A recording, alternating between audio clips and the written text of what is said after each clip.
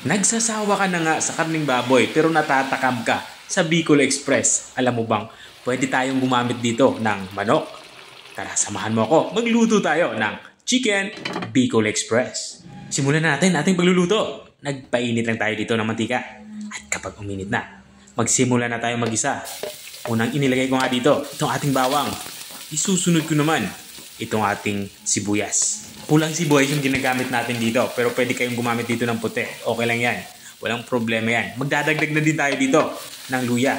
Makakatulong itong ating luya para mabawasan yung lansa ng ating lulutuing manok. At kapag ganito na itsura niya, lumabas na yung aroma nito, ay ilalagay na natin itong ating bagoong alamang. Bali, ang ginagamit ko ditong bagoong alamang, ito yung nabibili na sa supermarket, yung mga naka-process na. Pero pwede kayong gumamit dito ng fresh na bagoong, yung mga nabibili sa palengke. Kung gagamit naman kayo ng fresh na bagoong, ay kailangan yung hugasan nito para mabawasan yung alat. Matapos nga natin maigisa itong ating bagoong na inilagay, ay ilalagay na din natin yung ating karning manok.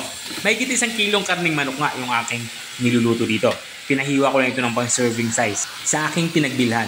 Tuloy-tuloy tayo sa paghahalo hanggang sa magkulay light brown itong ating inilagay na karning manok. Katulad na nakikita nyo, kapag ganito na itsura ng ating karning manok, ay pwede na natin ilagay itong ating kakang gata o unang gata. Bali, 400 ml na kakang gata yung aking inilalagay dito.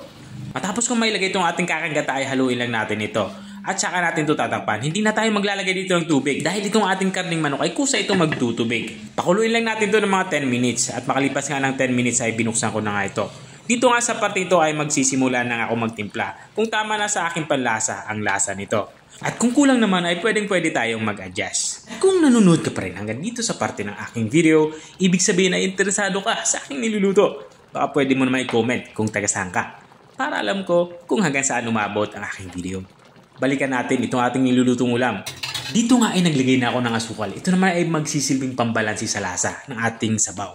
At naglagay na din ako dito ng black pepper powder at saka kaunting patis. At this point, inilagay ko na yung ating hiniwang siling green. Sa pagluluto nga ng Bicol Express, hindi talaga mawawala itong ating siling green.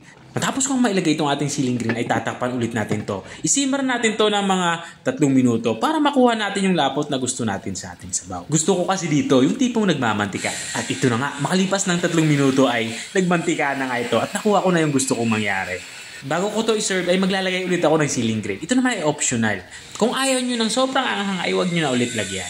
At ito na nga, lutong-luto na nga yung ating ulam pananghalian. Ito na nga yung ating Chicken Bicol Express. Kung nakarating ka hanggang dito sa dulo ng aking video, maraming salamat sa panunood.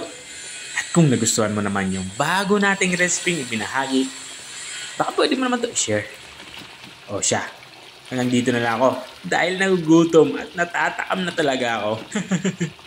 Kita-kita ulit sa mga susunod kong mga videos. Paalam! Bye-bye!